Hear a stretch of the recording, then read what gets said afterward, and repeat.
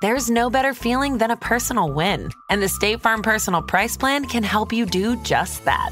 Talk to a State Farm agent today to learn how you can bundle and save with the Personal Price Plan. Like a good neighbor, State Farm is there. Prices are based on rating plans that vary by state. Coverage options are selected by the customer. Availability, amount of discounts and savings, and eligibility vary by state. Everything you learned in history class was a lie. Well, maybe not everything, but they skipped the best parts. Introducing Stupiracy, where stupidity meets conspiracy. Ever heard of the Olympic marathon that nearly killed its runners? Or the time a pope put another pope's corpse on trial? Join me, Scott Rizzuto, and Tim McKernan as we uncover the most outrageous historical moments and mind-blowing conspiracies you won't believe actually happened. Tune in to Stupiracy for your weekly dose of historical absurdity. Available wherever you get your podcasts. Remember, history is dumb, but laughing at it is smart. And now, live from the TCL broadcast studios, it's Joe Souchere and Patrick Royce with Sports Talk.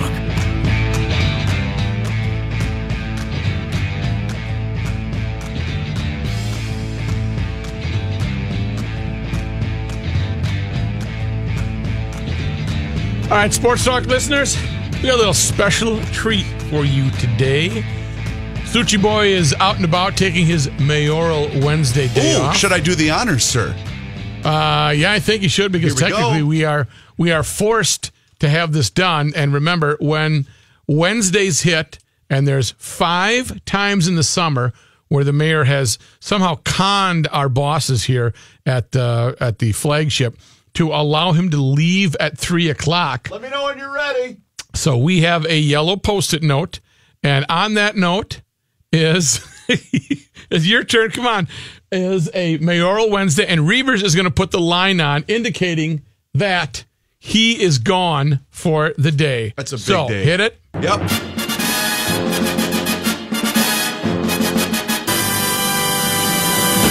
All right, so there you have it. Joe is finally completed his 5 Mayoral Wednesday afternoons where he gets to leave. And Myron, I know we have just a weird radio station here, but he finally he'll no longer be leaving at 3 o'clock. And I know you expected to fully have an audio partner in here at 3 o'clock. Yeah. He's left you, Myron. He's gone. He's left you. Myron Metcalf here. That's interesting. So I'm coming in off of an assignment I had. College basketball kind of exploded today. I don't know if you heard. No, bring me the news. Well, just a bunch of recommendations where there are going to be stiffer penalties for cheaters, and they've rearranged some things with the recruiting calendar, and it's just been sort of a complete overhaul with this Condoleezza Rice commission. Have you heard about this group? Yep. So they dropped everything. So it's kind of scrambling to get here, but you've been busy. Hey, you were here on time. You were, as long as the that's how I try to do it. As long as the theme hits, you're never late. Reavers knows that's a Mankato arrival. Oh yeah, absolutely. You don't show up right away. No, you can't do that. You don't show up. You let everybody get comfortable, and then you show up, right on time. Because it's a show. It is a show. Come on. And it's, you want to be fashionably late. Yes, exactly. Have you all heard about, have you seen this Alvin Kamara quote? No. The running back for the New Orleans Saints. Have you seen it?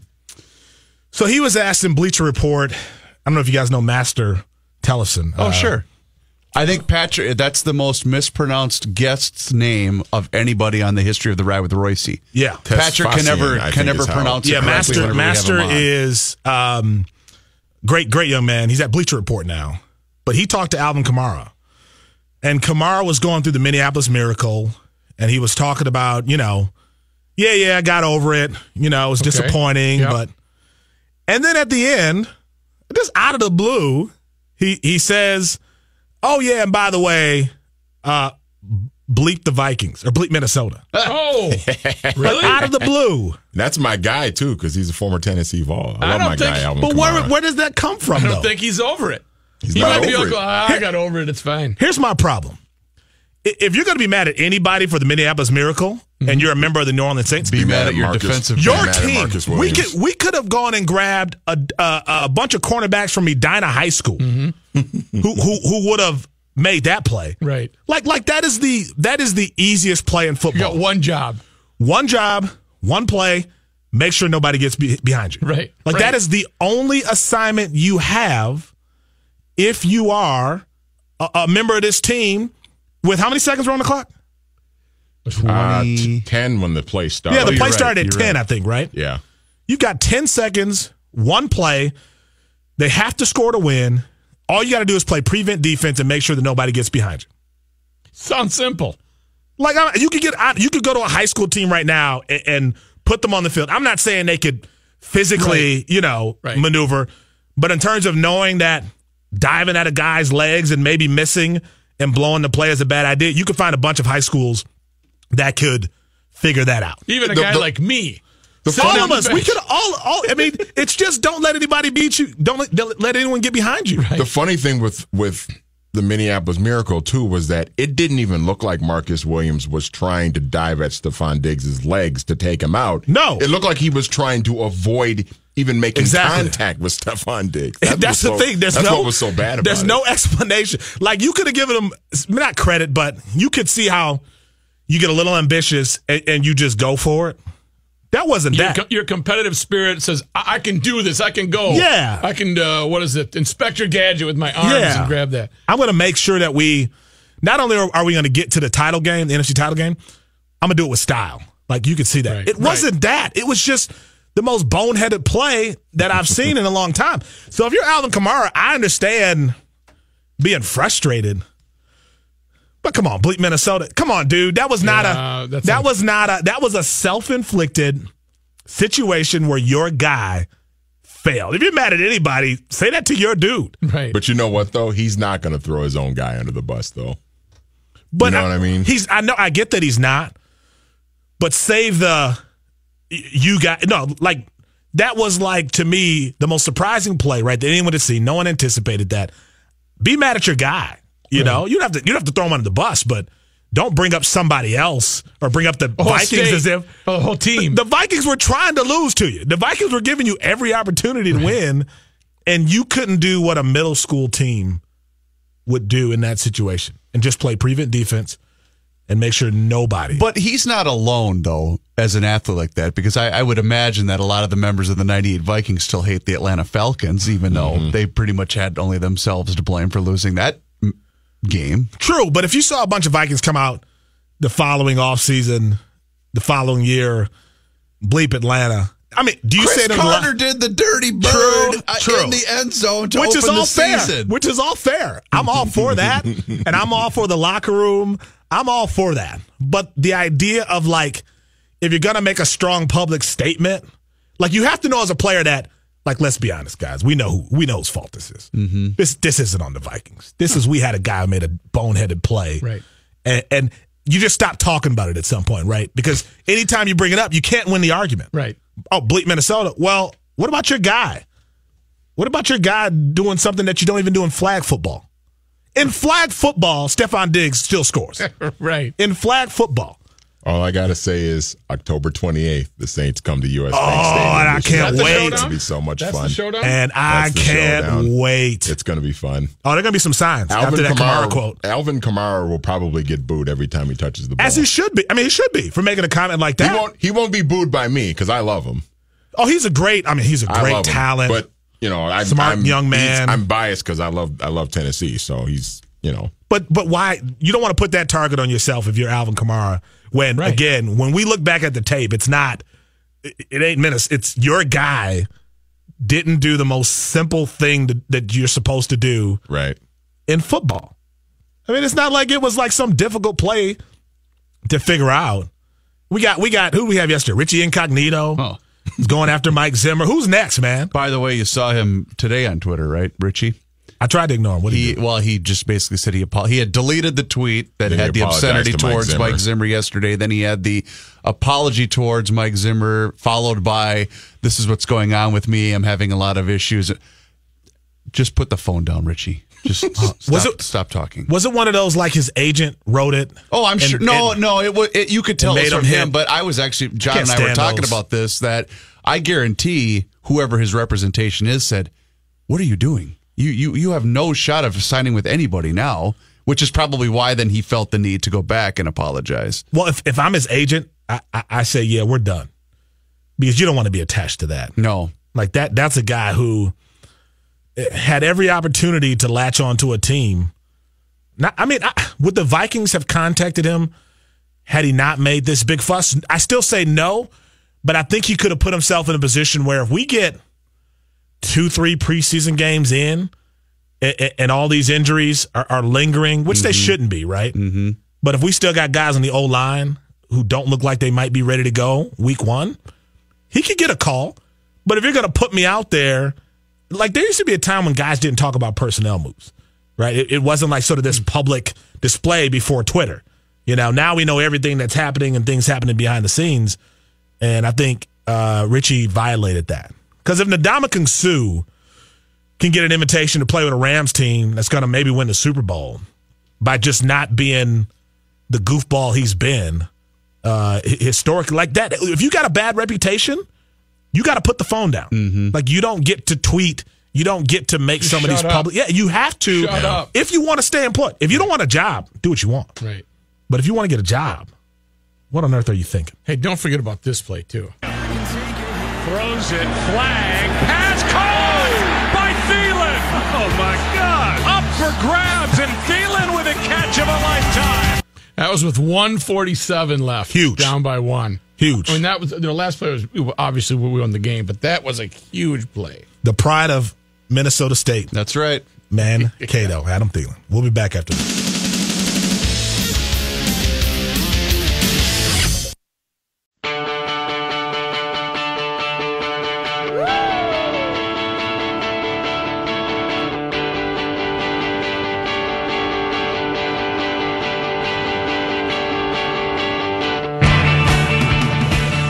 Myron Metcalf here on the ride filling in. We got the man, the one and only, Patrick Royce, calling in here. Where are you at now, Pat?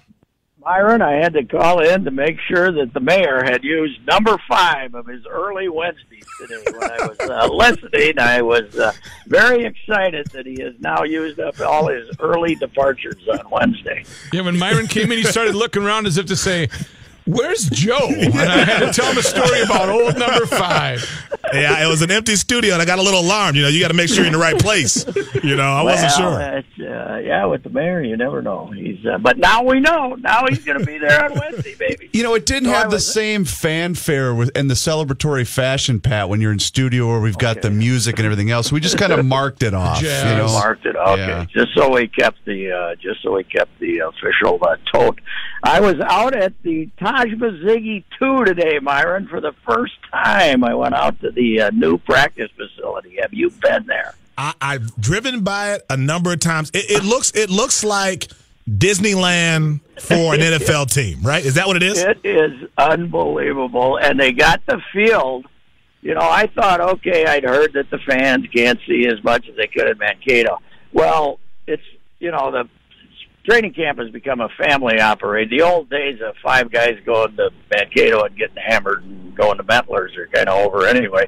But it's a family deal now. But the field that they have out there that high school games are going to be played in the stadium, they basically just turn that over to dads and moms and their kids, and they're running around and throwing stuff and having the time of their lives. It is pretty impressive, I'll tell you that. It's incredible. I'm looking forward to seeing some of those high school games. I still, being a Mankato guy, I'm still, kind of heartbroken for that community and what they lose by not being able to host training camp. There are so many businesses down there that made a large percentage of their annual revenue just off training camp. So I'm still a little bit heartbroken about that. I was down there 2 weeks ago, and it was pretty sad up on the hill on Saturday, which would have been the first Saturday of full workouts.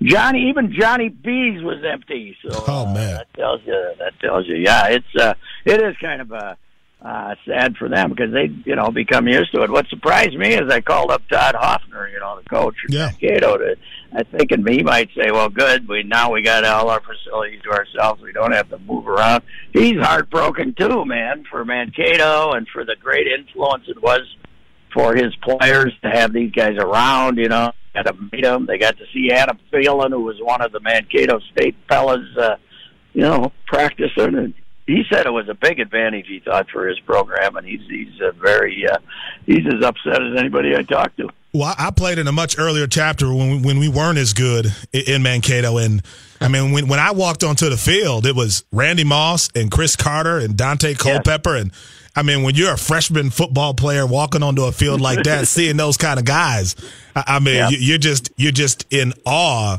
that you're even allowed to be on the same field. And then what was fun too, Pat, is a lot of us were mistaken for Vikings, so you'd have a couple kids run up to you. I signed a few autographs. I mean, what are you going to do? Kid thinks you play for the team. You got to sign a couple. And you probably autographs. never use that to your advantage at the Albatross.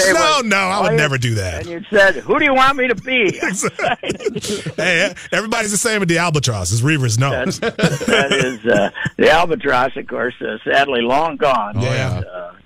But Johnny B, who used to run Boomtown, and before that he was the bar manager at Albatross. Yeah, he says he has many stories that he can't tell, and he's very sad that there aren't going to be more stories that he can't tell.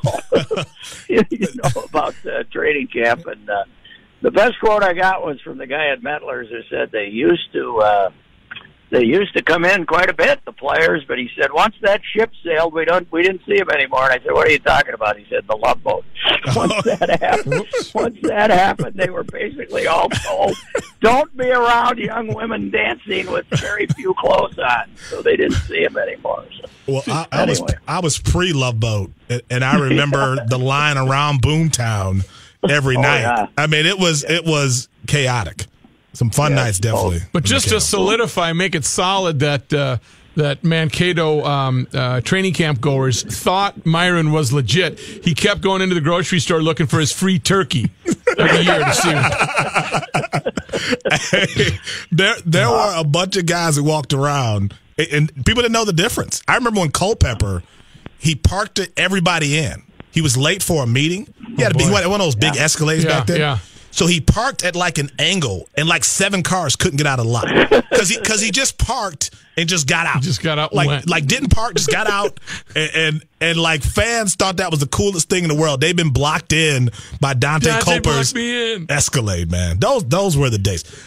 All right, Myron, try not to do too great a job. Just keep it pretty good down the middle.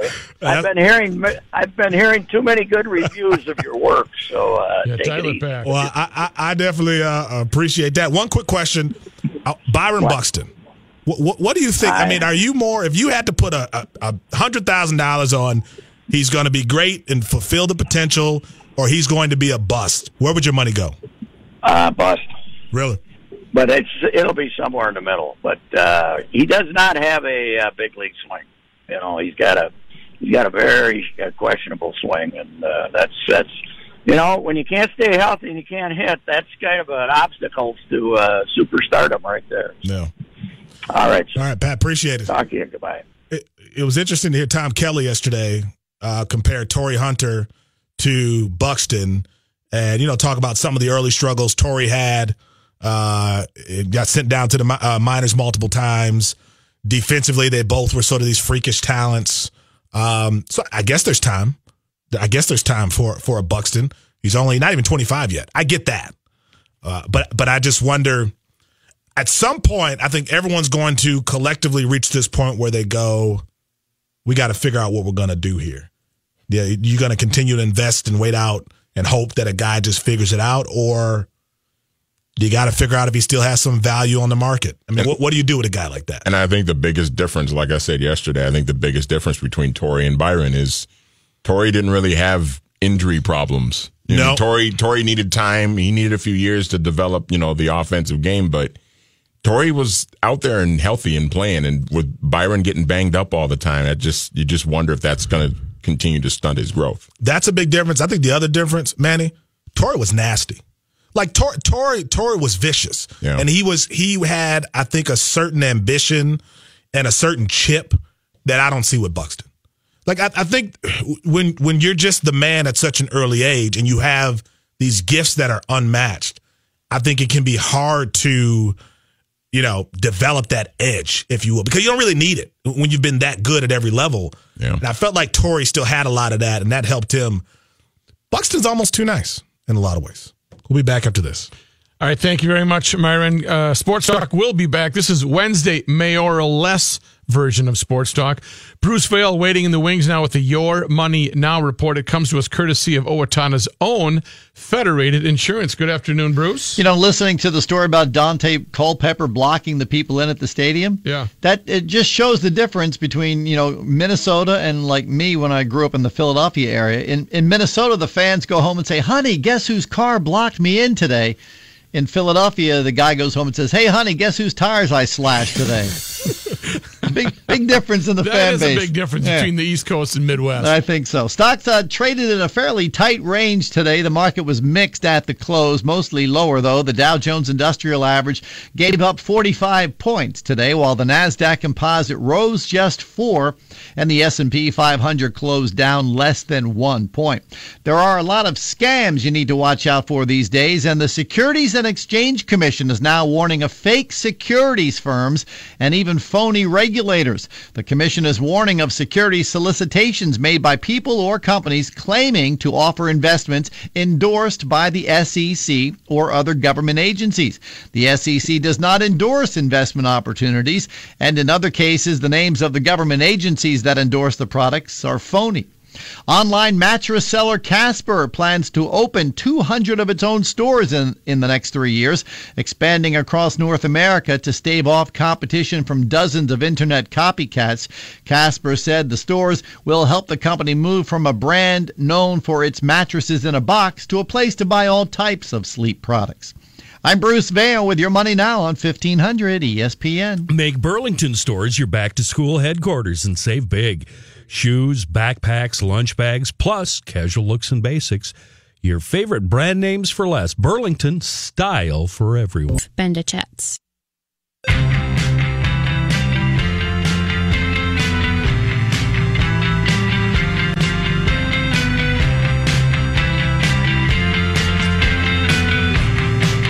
Myron Metcalf back here on 1500 ESPN, and we have some news with Johnny. What do you got for us? Thanks, Byron, Sonny. And we're up to 89 degrees now. Twins Indians again tonight in Cleveland. Jake Odorizzi starts for Minnesota. Mike Clevenger will pitch for the Indians. Maya Moore with 31 points. The Lynx break that 3-game losing streak, beating Chicago last night. Next up, they'll be in Las Vegas to play the Aces on Thursday night. NBA released its marquee opening week Christmas Day and MLK Day schedules this afternoon, and there are no Timberwolves games on any of the marquee games. I'm outraged. Surprise. The Wolves' preseason schedule was announced, though. A 5-game lineup that begins with games at Golden State and the Clippers in Los Angeles, ends at the Bucks' new arena in Milwaukee. In between, on October 5th, the Oklahoma City Thunder at the Target Center, and they play Milwaukee October 7th. They haven't determined yet the time or place for that. The Golden State game, by the way, is September 29th. News notes from today. Police say a man initially arrested for boating while intoxicated ended up fighting with officers while naked on the St. Croix River.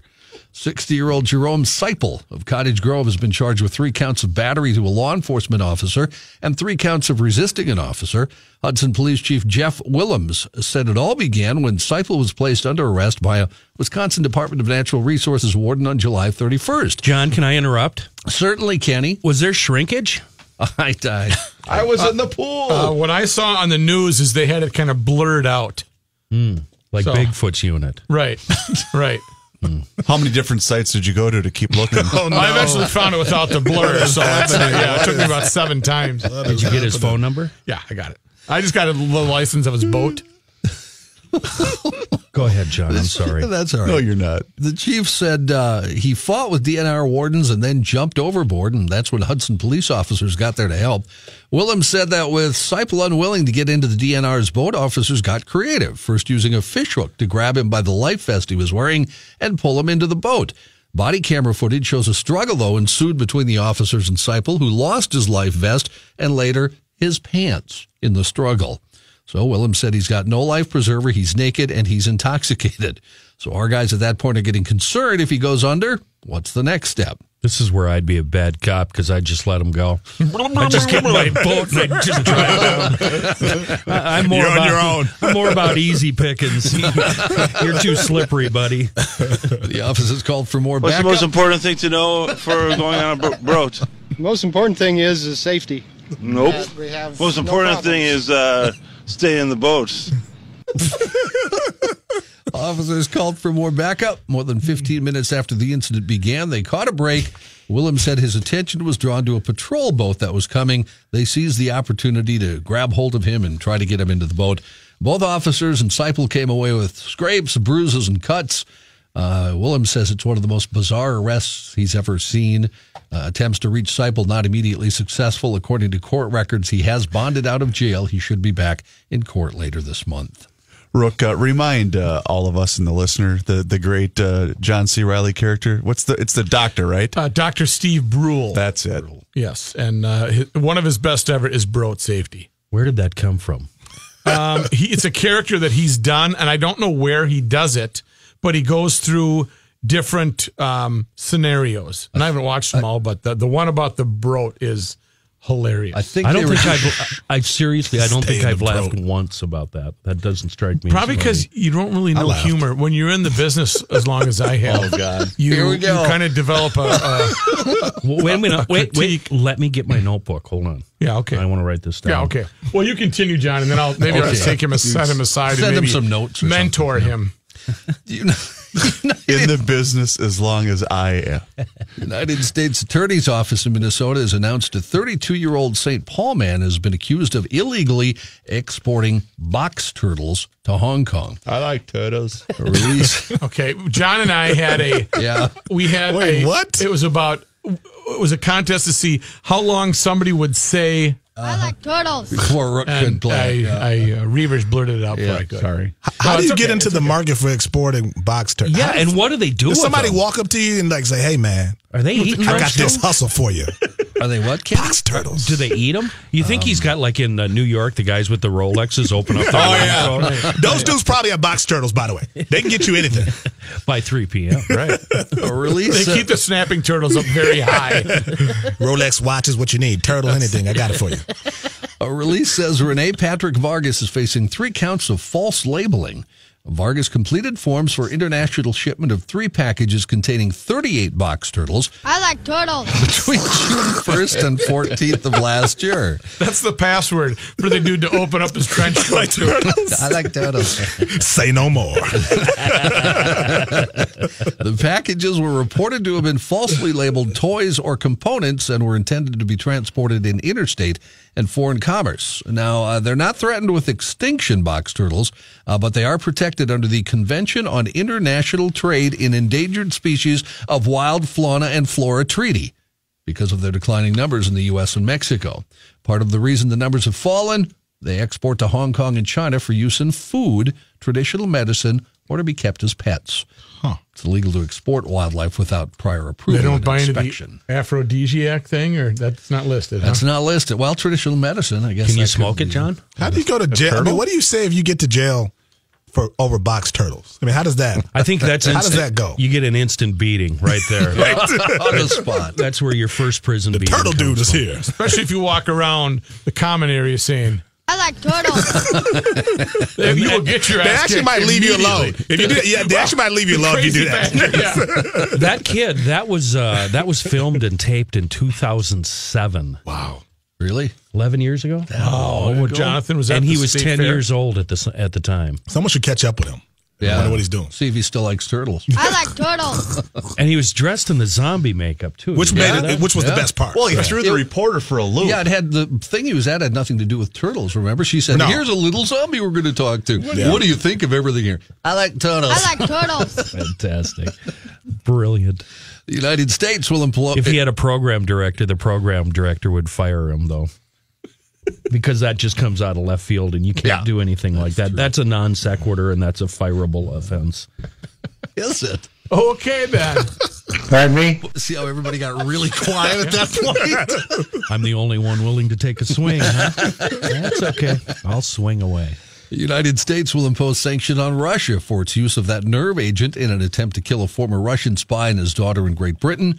State Department announcing today the sanctions will be imposed on Russia because it used a chemical weapon in violation of international law. Former Russian spy Sergei Skripal and his daughter were poisoned by Novichok, a military-grade nerve agent in the British town of Salisbury in March. Britain has accused Russia of being behind the attack. The Kremlin vehemently denies that.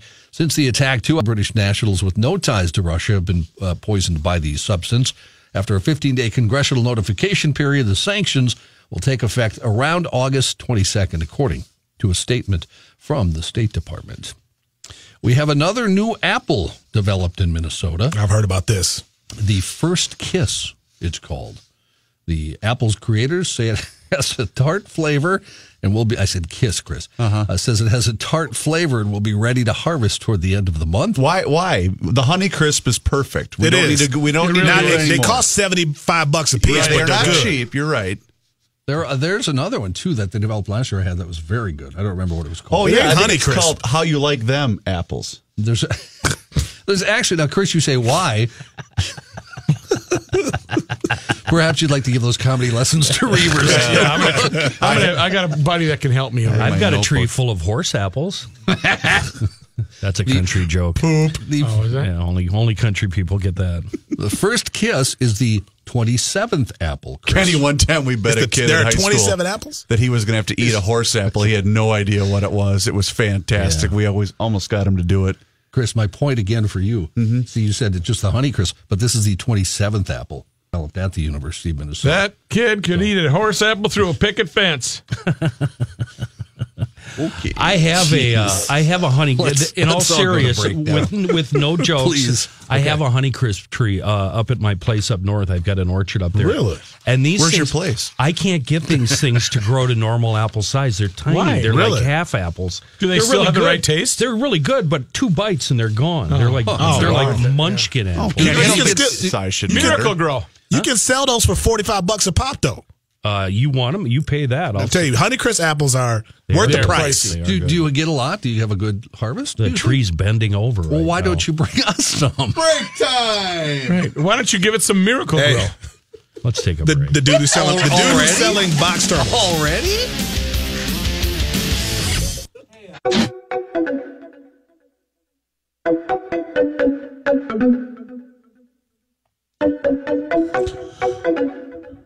Myron Metcalf Nikki back Menage? here. Yeah, this is interesting. Kenny just became a fan over the commercial break. Okay, Myron, it's a well-known fact that I don't really pay attention to what John's talking about. Okay. Yeah, no kidding. And there's something on Twitter on the sidebar that says something about, let me see if I can find it. You know, they show what's trending. Oh, Queen Radio. Queen Radio. Nikki Menage? Me being a really old man, I think it's Queen, the band. Yeah. And I click on it, and there's this lady posing on an album cover with nothing but pasties on. So you can imagine that caught my attention. And then I spent the whole break researching somebody named Nikki Menage, and I'm a new fan. Are you? Just off images? Yeah. Alone? Hasn't heard any music yet. That was the first song I've actually heard right there. He's not into the music. But I'm going to stop on the way home and buy it wherever you buy Nicki Minaj albums at. Just be positive if you tweet about her or say anything about her online. She's got like one of those followings that will attack you. What are they? It's like Beyonce. It's For loving Barbs, her? right? The That's what Barbs. They're called the Barbs. Barbs. Yeah. The Barbs. So I can't. She's crazy, Kenny. Oh. Beyonce's got crazy. the hive, right? Kenny's into that. Yeah, well, I was just going to say she's crazy and probably, Kenny would like her. Yeah. She's got a group, though. Her followers are called the Barbs. Everything with her is built around like the Barbie concept kind of, so they're called the Barbs. Oh. The And she's got like merchandise with that. She's got like a fashion line, a makeup line, all tied to this. Does she sell those pasties that she has on her bosom? You know what?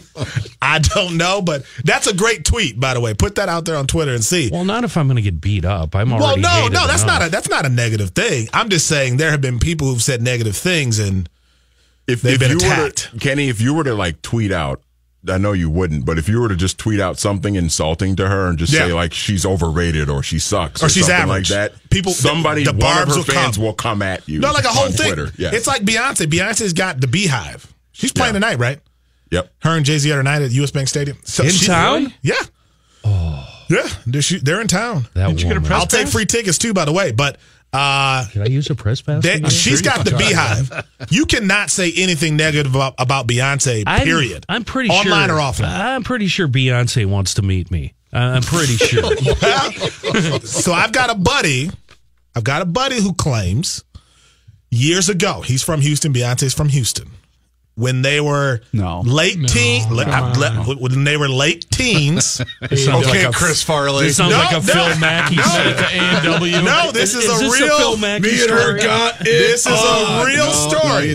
No, you didn't. A real story. He claims late teens. They're at a church youth group together. Of course it is. Boy. Church youth group thing. And he claims Beyonce was into him. I'm believing it. I believe Beyonce was kind of feeling him a little bit. Yeah.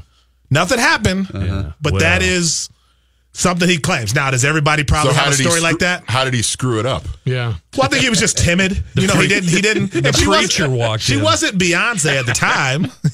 She wasn't Beyonce at the time. But he claims that there was a sort of a gathering of young folks and that Beyonce kind of gave him the eye a little bit. You know? Yeah. That's what he claims. Beyonce yet, right? She didn't have. Well, but she was still good looking, Beyonce. Yeah. Beyonce's dad is kind of crazy too, so he might have even swooped in and was like, "No, get out of here! Get out of here!" I'm cleaning my rifle. Yeah, yeah. He was. He like all those guys, the Joe Jacksons, all those guys are. Beyonce's dad was like Joe Jackson, a little off. But now he's not in the group. Now he's like not a part of her career anymore. Yeah. You mean stepping out, Joe Jackson, or the other one? I'm pretty sure Beyonce's listening right now. She might be. Right, you should. I got a buddy who I won't name who claims that there was chemistry. Yeah. There. And now, obviously everyone's going to say that. If it's real, it's this great story. There'll be chemistry when she calls me. Give me a call. Why don't you give her your Twitter account, Kenny? Maybe she'll contact. Why don't you just show up? Show up to the show. Show up to U.S. Bank Stadium tonight, Kenny. Try and spit some game to Beyonce and see what Jay-Z does. Well, Jay-Z is kind of different these days after everything that went down. Yeah. He's a little more reserved. Probably wouldn't even be able to say anything because I don't think he's allowed to talk. No, he's not. Who's heard him talk? So he's had like one interview since everything went down. So it's like a normal marriage now. Basically. Jay-Z's been kind of quiet since Beyonce's sister tried to beat him up in that elevator. I think I hear what you're saying, and what you're saying to me is that I'll be able to cuckold this guy. What? You say that? Oh my goodness! You can say that on the air. Why not? Yes, you can. Okay. Why not? Okay. I remember. Am I on the air? Oh, hey, you guys are back on. Hey, guys, I'm on the air. I remember when he did like his first show after everything went down in the elevator, and Beyonce I think might have been pregnant at the time, but she did like this crazy MTV Video Award show or something like that. I remember that. And like he kind of walked on stage like he had been told, listen, come up, go to the yellow X and stand there. And when I summon for you, you walk. That's kind of the attitude he's had. But hey, listen, he's married to Beyonce, and they have this huge tour. U.S. Bank Stadium should be fun for the people who are there. It'd be more fun with Nikki Menage. I'm assuming. And Kenny walking out. Yeah. Kenny in that front row. I think I'm looking at Kenny right now. He's just staring at his laptop. Yeah, I think Kenny's just watching the Nicki Minaj Anaconda video right now. No, I'm on to Beyonce. He's going to actually split screen with Nikki and Beyonce looking at each other. And even when she was 9 months knocked up, she was just amazing. Nikki or Beyonce? Beyonce. Yeah, Nikki hasn't. Beyonce is just amazing. Well, now Nikki isn't the queen anymore. It's Cardi B. Have you heard about her? I don't know who that is. She's the new one. Cardi B is the new female rapper that all the kids love. She's huge now. And she was like a reality TV star, a social media star. And now she's got like 4 top 10 records. She used to be a stripper. On the Billboard. Kenny. Yeah, she was a Cardi B used to be a stripper. She was a dancer for a time. And she looks too skinny for me. Well, now she's the one I really want to mess with because her boyfriend is a guy by the name of Offset in a group called Migos. Is that like 2 words? Migos. Like it's Offset? It's one word. Like Meatloaf. It's one word. One word. Okay. But like anybody who goes by a name like Offset is ready to fight at all times. Right. You know, like you just like dudes with one names just don't. I've heard his name mentioned at NFL games. Penalties offset. Yes. Replay first down. Right? That's kind of like him. So old. Kind of like Kenny's old girlfriend, Milfoil. I don't get it. I think we're getting fired. She likes the beach. I'm pretty sure we're she getting likes fired. the beach. I haven't said anything. Great news, Johnny. Great news report.